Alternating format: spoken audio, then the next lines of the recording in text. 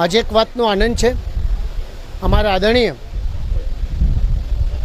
જે સમગ્ર રાજ્યની અંદર અમને બધાનું સંચાલન કરે છે, સમગ્ર ગુજરાતનું ન્યાય તરીકે તોલે છે એવા અમારા અધ્યક્ષ આદરણીય શંકરભાઈ ચૌધરી સાહેબ હસ્તક આજે ખાતમુહૂર્ત થયું છે. આદરણીય મુખ્યમંત્રી શ્રી ભૂપેન્દ્રભાઈ પટેલ સાહેબ પાસે અહીંના જાગૃત લોકો આદરણીય કેસાજીભાઈ, આદરણીય માવજીભાઈ, અમારા સંસદ સભ્ય શ્રી બધા જ લોકોએ આગેવાનોએ બધાએ રજૂઆત કરી હતી. શંકરભાઈ સાહેબે અનેક ફેર રજૂઆત કરી હતી.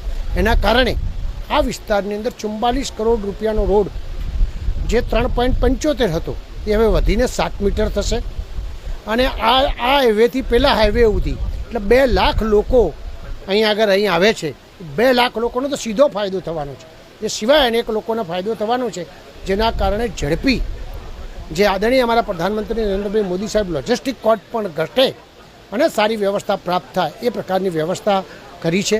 મુખ્યમંત્રીશ્રીએ સમગ્ર બનાસકાંઠાને આ જોડતો અગત્યનો એક રોડ એ બાબતે શુભકામનાઓ પાઠવી છે.